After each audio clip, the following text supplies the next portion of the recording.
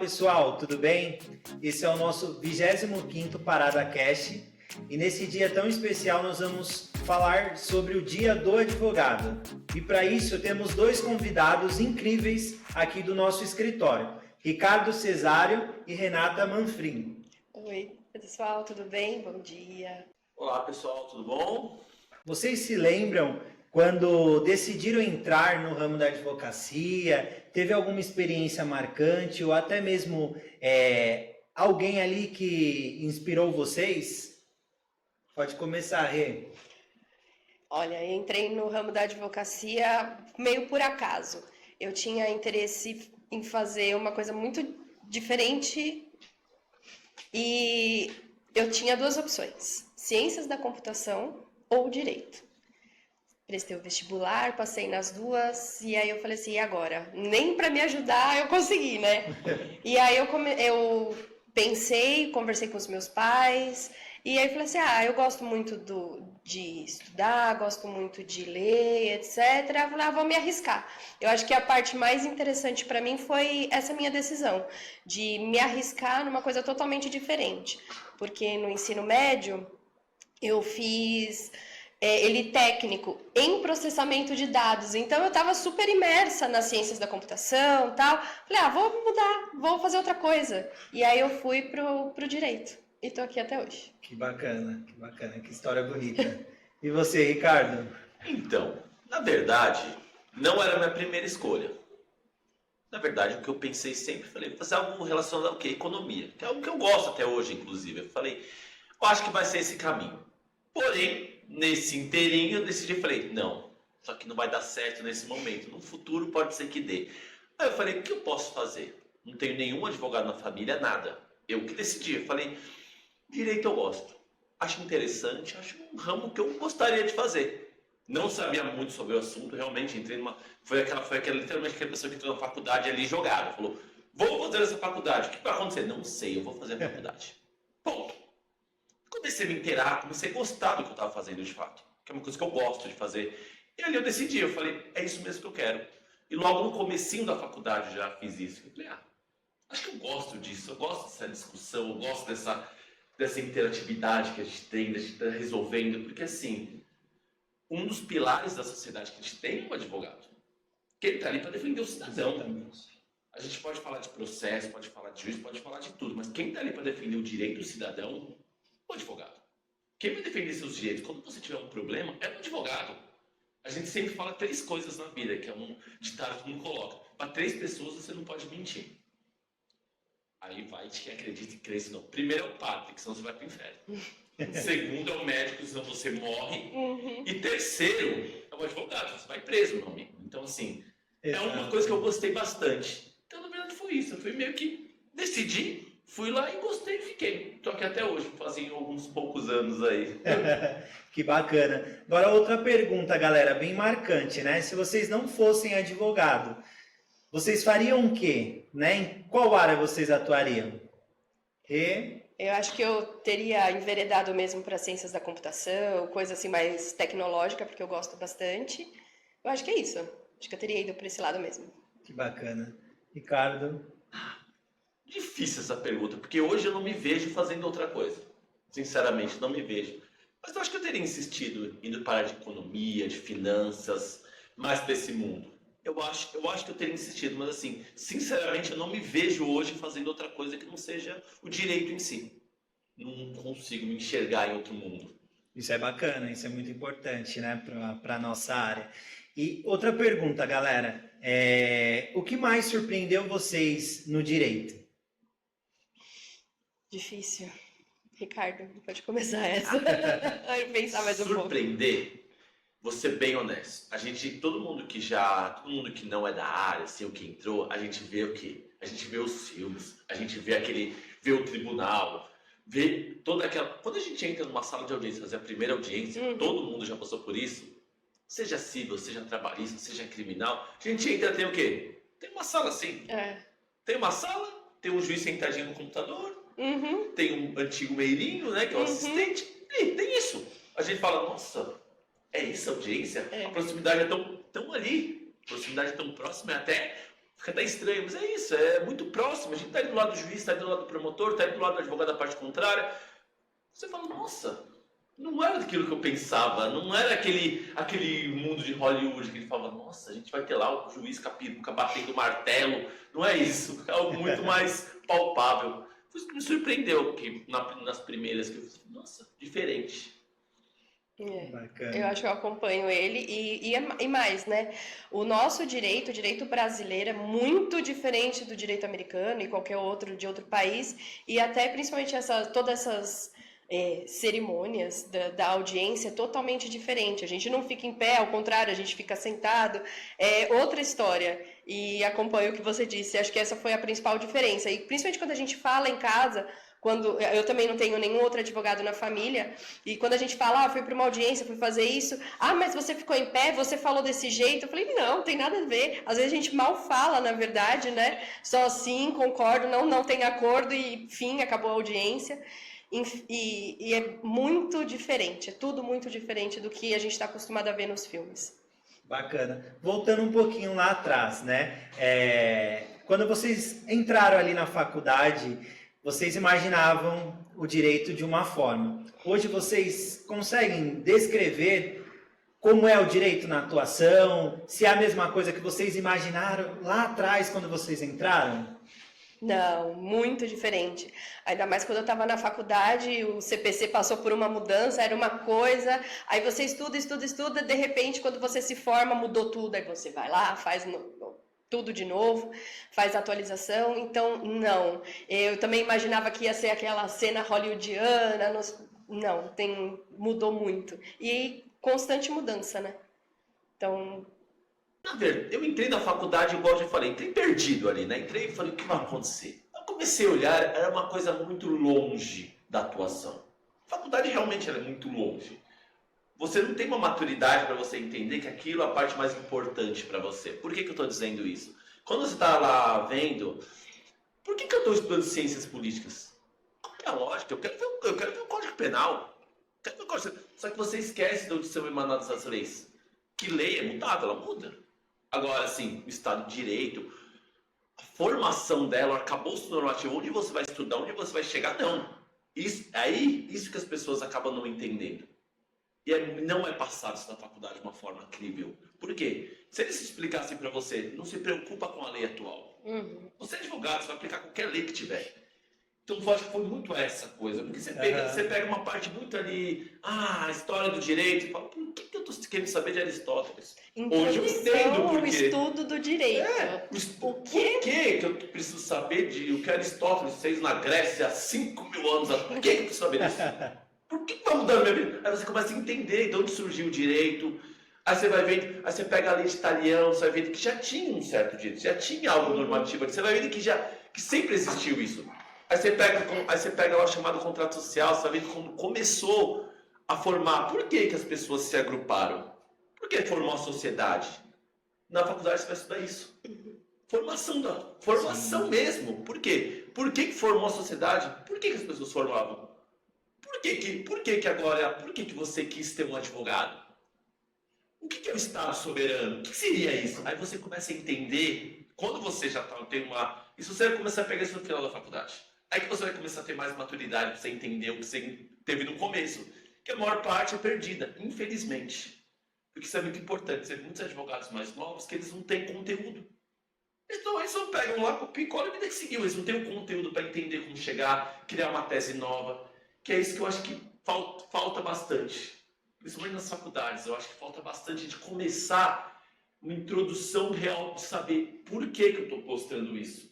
E não só colocar. Ricardo, muito importante isso que você fala, né? Acho que trazendo um contexto, acho que o início da faculdade é onde a gente tem um impacto, né? Onde a gente olha ali e fala, cara, é esse o caminho que eu quero seguir. Me achei, me encontrei na profissão. A gente tem exemplos também de pessoas que entram e já no início da faculdade fala, não é esse caminho que eu quero seguir, né? Então, muito, muito legal que vocês falaram aqui. Agora, galera, eu gostaria de saber, dentro do desafio profissional, qual foi ali algum desafio ali que causou um grande impacto? Como vocês lidaram com ele? Tem algum que vocês possam passar aqui pra gente? Algum desafio marcante? Não sei. Pensando. Vamos lá. Seguinte, Ricardo, ele vai dominar o podcast. desafios, ó, sem citar nomes, nada. Mas o que eu comecei a perceber? Quando a gente fala de desafio, a gente fala o quê? Chegou um problema pra você resolver. Como? Aí vem aquelas pessoas, não, já tem algo parecido, já tem, você fala, não, vou resolver o problema. Eu não quero simplesmente fazer uma pessoa, eu quero resolver o problema. Que é o que eu faço até hoje, eu inspiro as pessoas a fazerem. Eu quero resolver o problema. Aí a gente olhou e falou, como resolver esse problema? Realmente, já teve casos, não vou citar exatamente os casos aqui, mas a gente olha e fala assim, nossa, não tem mais o que fazer. Você fala, pera, tem certeza? Vocês têm certeza que não tem o que fazer? Vocês olharam direitinho? Por que eu estou dizendo isso? Meu amigo, vocês fizeram um estudo de normas, de fato? Vocês viram se o que está aplicado aqui está valendo? Ah, tem uma súmula. Mas a súmula foi bem aplicada? Não foi bem aplicada? Aí você começa a pesquisar, aí você fala, eu acho que eu consigo alterar o entendimento. Que é uma coisa que a gente coloca aqui. Quem altera entendimento é advogado, não é juiz. Juiz julga. Aí eu falei, e sim, teve casos que consegui reverter o que todo mundo falou que era impossível de reverter. A gente foi lá, sentamos aqui, todo mundo estudamos juntos, falando, vamos lá que eu acho que vai dar. E sim, levamos coisa nova. Ele falou, não é que deu certo? Eu acho que o trabalho do advogado, ele não é binário, né? Só tem uma solução ou não tem uma solução. Exato. Eu acho que a gente...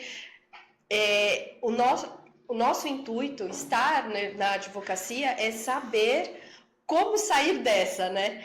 E nem sempre só aplicar alguma coisa. Eu acho que a gente tem que ter a perspicácia, talvez até uma certa malícia de como aplicar aquilo, né? Existe, como o Ricardo falou, existem entendimentos, mas não é só aquele entendimento e pronto, acabou, né? E ao contrário, a gente luta todos os dias para mudar os entendimentos, para mudar alguma regra, para mudar o entendimento da primeira instância, tentando chegar na segunda, e assim a gente vai. O advogado, ele não pode ser binário. E às vezes a gente se depara com as nossas próprias travas. Então, não, mas porque o artigo tal, a súmula tal diz isso. E aí você para e fala assim, não, agora não tem mais o que fazer. E eu acho que cabe a nós todos os dias refletir. Será que não tem mesmo? Né? Acho que a gente sempre vai tentar achar uma saída, né? Exato, é o que eu falo. Não existe essa ação. Quem disse que não existe essa ação? Óbvio, você não vai criar algo contra a legis, algo contra a lei, mas espera lá, tem certeza que não existe? Por que não existe essa ação? Por quê? Quem disse que não existe? Por que eu não posso criar? Por que eu não posso pegar, fazer a hierarquia das normas e, de fato, se puxar, se a gente pegar decisões do STF que são brilhantes, sem partidarismo, não estou dizendo que são boas, são ruins, mas sim, o entendimento delas são brilhantes. Eles conseguem ir para os dois lados usando a mesma lei, usando a Constituição, indo para os dois lados. O entendimento é impressionante. E assim, a gente consegue saber que o nosso direito é bom e é ruim. A gente tem muita lei. A gente tem muita lei. E muita lei de igual valor. O que se aplica? Como que se aplica? Aí que entra a parte do advogado de realmente estudar, de ver, de fazer. Eu acho que é essa parte mesmo que dá aquele tesão no advogado. Esse eu vou resolver. Entendeu? Esse caso eu vou resolver. Eu acho que é isso que é importante para o advogado. Que bagagem, gente. Que bagagem. Bacana. Eu gostaria de saber qual desafio vocês guardam com mais carinho até o dia de hoje. Eu acho que foi a minha primeira audiência. Nossa, tremedeira, não sabia o que falar, como agir, não sabe nem onde sentar. A faculdade, de verdade, ela te prepara muito na teoria, ela é bem voltada ao que o Ricardo falou mesmo, mas essa parte prática, eu acho que ela falta um pouquinho. Mas aí, enfim, estágios, etc., mas a primeira audiência onde você é a pessoa que vai estar lá comandando todo o negócio, eu acho que me deu um frio na espinha, assim. Bacana, eu consigo até imaginar, ainda não tive audiência, né, mas cara, só de você estar na frente ali. Sim, do juiz, né? Você se põe num lugar de hierarquia, né, nossa, é o juiz, tudo. Aí depois quando você vai falando, vai acontecendo, Você escuta as partes, escuta a testemunha, você vai acalmando, né? E aí você acaba falando, não, tudo bem, acho que a gente tá no mesmo ambiente, eu acho que vai melhorando, assim, a ansiedade. E o frio na espinha cada vez mais vai diminuindo. Mas é o que falam, né? Se a gente não tem esse frio no estômago, em cada audiência que a gente faz, a gente não tá nem vivo, né? É verdade, é verdade. E você, Ricardo? Pra mim é algo bem parecido com o que a Renata falou. Pra mim, eu acho que, na verdade, a audiência não, porque como a gente tinha assistido bastante, eu acho que não foi algo mais rotineiro. Pra mim não mudou muito. Mas quando eu fui fazer a primeira sustentação oral, cheguei no tribunal, eu já tinha assistido algumas. Realmente, já tinha assistido algumas. Não fui lá vendido, eu tinha assistido algumas, mas... Aí você vê que a pessoa não consegue falar, as pessoas gaguejam. Ah, eu olhei e eu me preparei. Primeiro sexo oral que eu fui fazer, fiquei a noite inteira lendo o que eu ia falar. Falei, nossa, né? Perfeito, cheguei lá. Aí você chega lá, você olha e fala... Aí você olha e fala, nossa, agora é que eu vou falar. Aí tá todo mundo, né? Os embargadores, tu está na câmera, tu sentado lá assistindo, você fala... Agora sou eu. Aquele momento, assim, no primeiro momento você olha, fala, tal, se posiciona, você não tem nem posição para ficar, você não está acostumado, você não tem nem posição. Aí você sobe lá no palanque, lá olha, dá uma olhadinha. Aí quando você vai, você vê que vai rápido. Aí quando você começa a falar, você vê que, tô pronto para isso. Mas o primeiro momento ali, a primeira que eu fiz, e eu lembro, eu falei, nossa, vou lá falar, vamos ver o que eu consigo. E assim... Aí, lógico que dá aquele nervosismo, você é mais novo, né? Você não tem tanta experiência, olha e fala, nossa, eu vou lá e agora sou eu comigo mesmo, não tem ninguém aqui, né? E eu vou falar com desembargadores, que assim, você olha e fala, nossa, vou falar com o desembargador. É tipo assim, é outro mundo. Então assim, outro nível. Mas eu acho que foi muito divertido, foi uma experiência muito gostosa de lembrar, assim, que você olha e fala assim, que hoje em dia você vai lá e é mais tranquilo, não, só mais uma, certo? É importante tudo, você se prepara, mas você já está acostumado. Mas acho que a primeira ali foi a que me marcou. Eu falei, nossa, é isso que eu gosto de fazer. Eu saí de lá e falei, nossa, é isso que eu gosto de fazer de fato. Me encontrei. Exato. Que bacana. Se vocês pudessem voltar no tempo, né? E dar um conselho pro eu de vocês lá atrás, no primeiro dia de estágio que vocês tiveram ali, qual seria o conselho? Além do estudo da menina, eu acho que seria esse, ou agarre todas as oportunidades que você puder. Não tenha medo, não desista. Eu acho que a primeira coisa, não desistir. A gente vai enfrentar todos os momentos, a gente enfrenta obstáculos. E a gente não pode desistir, né? E eu acho que é isso. Seria isso. Bacana. Você, Ricardo? Conselho que eu daria, eu sou bem honesto, eu tive muita sorte. Onde eu trabalhei, eu tive muita sorte. Por quê? Porque ali realmente eu tinha um estágio, eu fui preparado. Não posso, entendeu? Então o que eu falaria? Eu seria exatamente o que eu fiz. O conselho que eu falaria, siga o que você fez. Estuda, se dedica. Não é porque as pessoas falaram que aquilo já está feito, que você não pode fazer melhor. Tudo pode ser melhorado. Não existe nada, só está perfeito quando morre. Tudo pode ser melhorado. O que eu falaria? Siga o que você fez. Siga, né? Estuda, se dedica. Pega cada coisa, cada oportunidade como se fosse única. Que é o que eu falo para as pessoas. Não importa o que você faz. Não importa, eu entrei para estagiar, eu vou fazer tal coisa. Não importa o que você vai fazer. Importa que você vai fazer melhor que todo mundo. Aí que você realmente vai se destacar. Você não vai ser mais um. O que eu vou fazer? Vou fazer melhor que todos já fizeram. Por quê? Você tem que ter isso na sua cabeça. Não é que você vai fazer aquilo, fazer soberba. Não, você vai falar, eu vou fazer melhor que todo mundo. Eu quero fazer melhor que todo mundo. Eu estou com uma atividade aqui e ela será minha, independente do grau de técnica, da dificuldade. Não importa o que você está fazendo, mas tem que falar, eu vou fazer melhor que todo mundo. Eu vou me destacar por quê? Porque eu tenho vontade, eu quero melhorar. E eu acho que essa que seria que eu falaria, tudo que você fizer, tenha como se você fosse assim, como se fosse a coisa principal. Por quê? Se dedica e faça diferente. Ouça quem tem experiência, isso foi muito importante para mim, eu acho que com certeza. Também. Com Ouça certeza. quem tem experiência, que as experiências são muito marcantes. Absorva o que é bom, largue o que é ruim, porque as experiências elas vêm de uma forma binária, bom e ruim. Sim. Então absorva e se dedique, mas se dedique assim. Eu peguei aquilo para fazer, eu vou fazer. Não pense no lado ruim, pense no lado assim, a oportunidade é minha. Exatamente. Isso que eu falaria para todo mundo. Eu falaria pro meu eu que começou, seria isso. Para todo mundo que está começando aqui, num estágio, fala, seguinte, colocaram para eu olhar um exemplo, para eu olhar aqui os casos que o senhor levanta varado, não tem problema.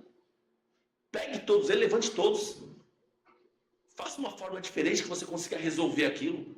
Por quê? Você vai se destacar. Tantas pessoas já passaram e não conseguiram. Mas espera lá.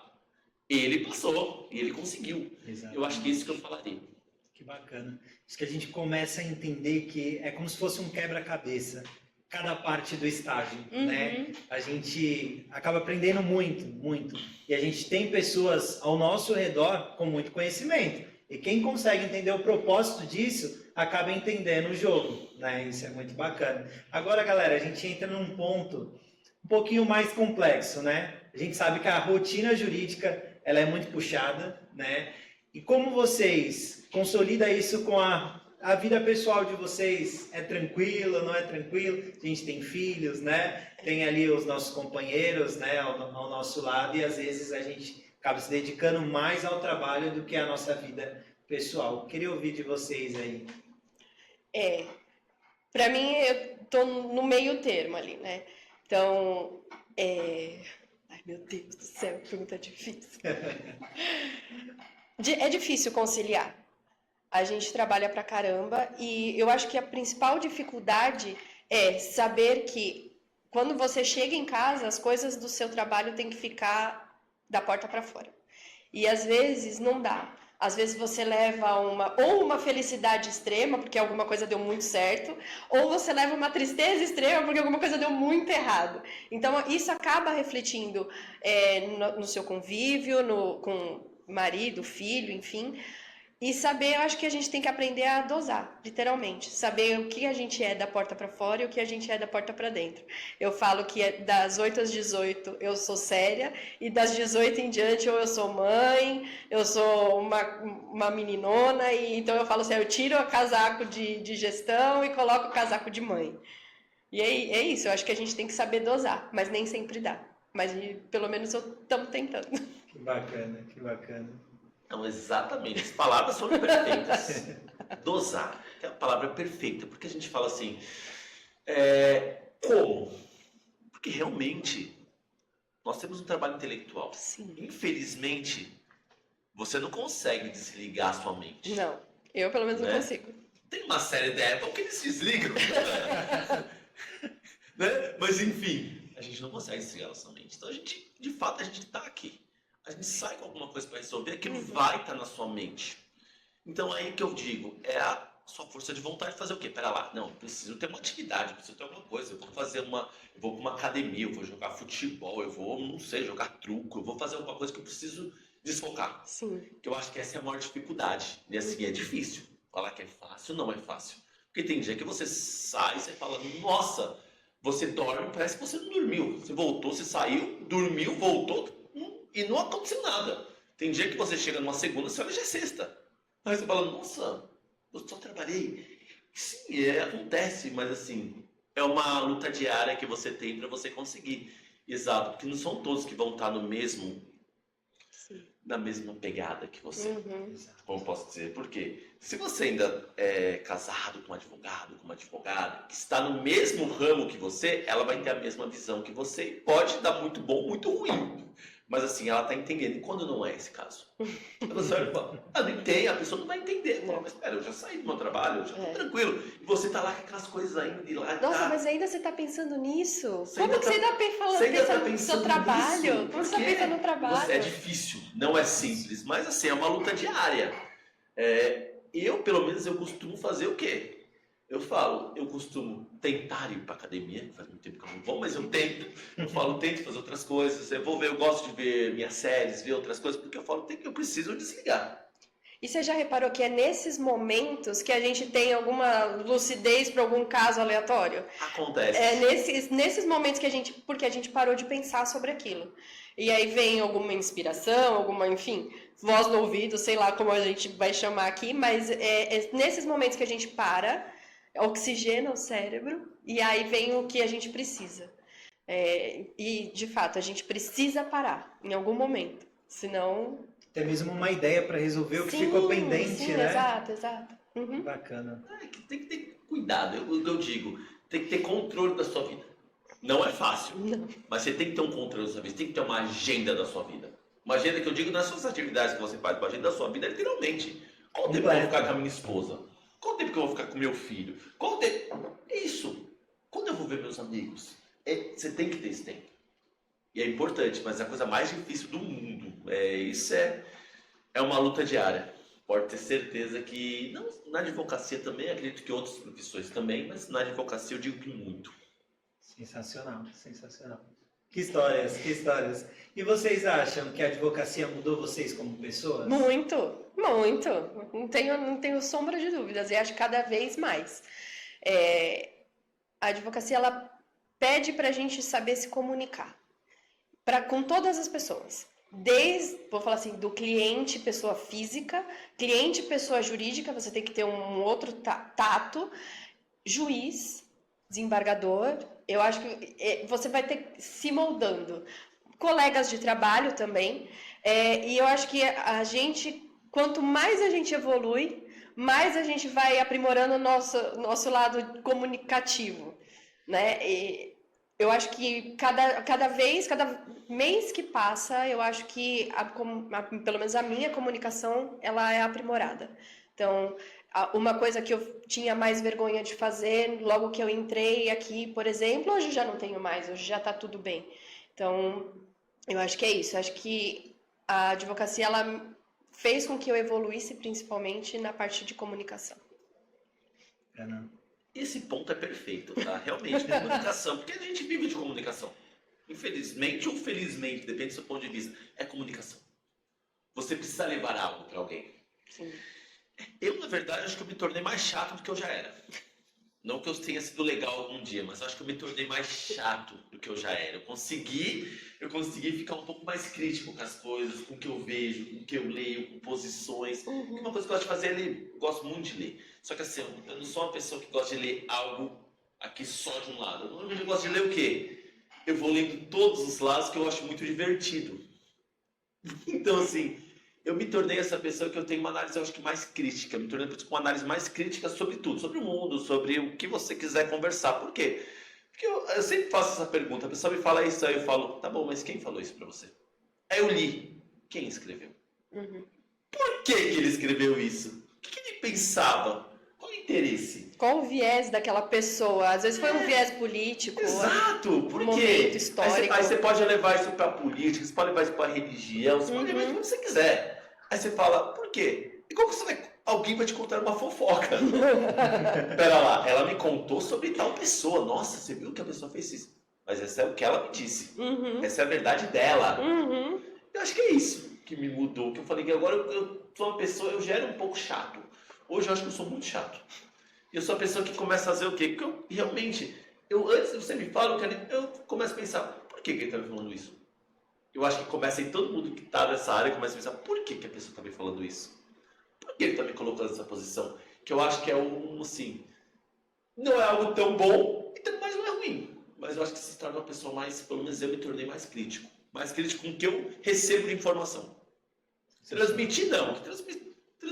Mas o que eu recebo de informação, acho que isso que me mudou bastante. Que bacana. A gente vai vendo, né, que cada um ali tem o seu jeito, né? E compartilhando aqui fica até mais claro, né, para quem está estudando, para quem quer percorrer o caminho ou já está percorrendo, né? A última pergunta, galera, para a gente encerrar os filhos de vocês gostariam que seguissem o mesmo caminho que vocês, a mesma profissão? Pergunta difícil, né? Eu acho que não, mas seria muito bem-vindo. Assim, eu acho que o meu filho vai crescer num ambiente literalmente distinto. Eu tô indo pro lado jurídico, o pai dele tá indo pro lado do TI, ou seja, ele vai ter dois ramos totalmente diferentes. Mas eu acho que se ele enveredar de fato pro lado jurídico, vou pegar no pé, né? Não vai ser fácil para ele, mas assim, se ele entender que é o que ele quer, terá muito apoio. Mas não sei se é uma vontade, porque eu acho que a pessoa tem que ser livre. Eu acho que também isso faz parte, né, do livre-arbítrio e deixá-lo livre, né, para o que ele quiser escolher. Isso é importante. Na verdade, está para chegar, né? Ainda não sei se é menino ou menina, mas enfim. Eu gostaria, sinceramente. Eu acho que seria muito bem-vindo, eu gostaria. Agora, assim, óbvio, a gente tem aquela questão. Eu jamais eu forçaria, eu opinaria, eu falaria, é um bom lugar. Só que assim, saiba que você vai estudar diariamente. Todos os dias, a todo momento. Saiba que você nunca vai estar preparado. Saiba que as coisas mudam e assim, às vezes se torna um inferno. Eu tô aqui, a gente pega a parte do CPC, né? Eu estudei com o CPC antigo. Também. Normal, perfeito. OAB com o CPC antigo, tudo antigo. Aí daqui a pouco você vai e fala, opa, mudou tudo. Mudou, tem reforma? Tem reforma, não tem? Vai vir o Código Civil, vai alterar agora. Quando acabar as discussões, um dia vai chegar isso aqui uns anos, né? Vai acabar, vai vir. E assim, vai mudar muito o que a gente tem hoje. E assim, a pessoa tem que estar pronta para quê? Para estudar, para aprender. Eu falaria, quer seguir nessa área? Quer. Então assim, se dedica. Você acha que, principalmente para os nossos filhos, o meu tem 1 ano e 5, o seu está chegando, se enveredasse para esse lado jurídico, quanto a tecnologia ia ajudá-los ou atrapalhá-los?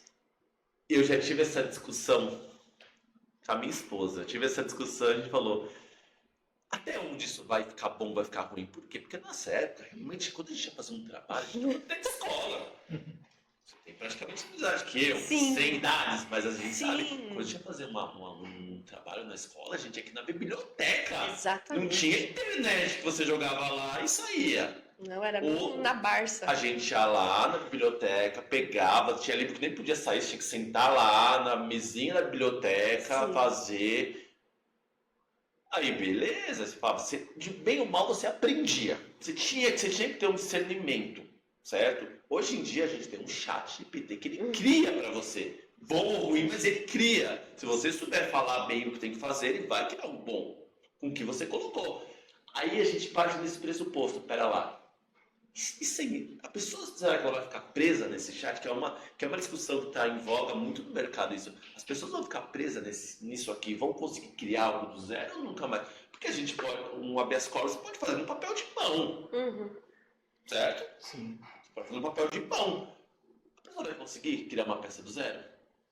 Como será esse futuro? Aí que tá o ponto, né? Aí que tá um ponto que você fala, difícil, muito difícil, aliás.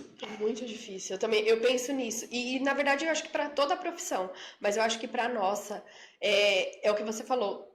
A tecnologia ela tem criado muitas coisas e facilitado também. E principalmente os pequenos que vão vir com tudo sobre isso. Não sei se vão conseguir mais ter as canetas, como que no meu caso, eu tinha coleção de caneta, cada coisa eu escrevia de um jeito. Hoje não, eles fazem isso, mas eles fazem isso no computador, no tablet, enfim.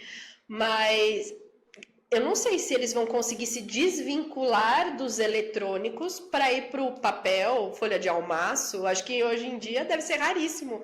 Vai ser mais difícil encontrar umas folhas de almaço por aí. Verdade. Eu lembro que na faculdade a gente tinha o papel timbrado da faculdade e era uma folha de almaço. Eu acho que hoje eles não fazem mais dessa forma. Deve ser tudo trabalho online, deve ser tudo mais tecnológico, mais high-tech do que era na minha época quando estava fazendo. Será que eles vão conseguir sair daí? Será que eles vão fazer uma peça do zero? As minhas peças de prática era tudo na mão, do zero. Você pegava um vadimeco, índice emissivo e vida que seguiu. Sim. Será que você... E assim, por isso que eu falo, se for para esse mundo, eu falo, perfeito. Como que vai ficar no futuro direito? Não dá pra gente saber. Mas assim, eu acho que assim, a tecnologia ajuda muito. Só que para quem está começando, ela atrapalha muito também. Porque assim, se a pessoa não tiver a vontade de fazer, que às vezes a pessoa na correria, trabalha, isso, o que ela vai fazer? Vai Meu usar amigo, de muleta. Preciso Vai fazer, ser uma muleta para ela. Quando eu ia escrever TCC, artigo, eu escrevia do zero. Você sentava lá e começava a escrever, no computador, né? Também não sou da máquina de escrever, mas você escrevia no computador, você fazia. Deixava lá, beleza, ia fazendo. Hoje em dia a pessoa joga a ideia dela e sai. Ela pode estudar com aquilo. Não é ruim você estudar com o chat. Dá para fazer também, mas assim, qual seria o discernimento? Por isso que eu falo, se fosse meu filho, minha filha, eu falaria, você quer seguir? Quero. Assim, saiba que você vai ter uma dificuldade, eu acho que maior do que eu tive. Exato. Porque eu não tinha essa possibilidade. Eu não sei se eu usaria ou não. Entendeu? Assim... Eu acho que na nossa época a gente se tornou muito mais criativo.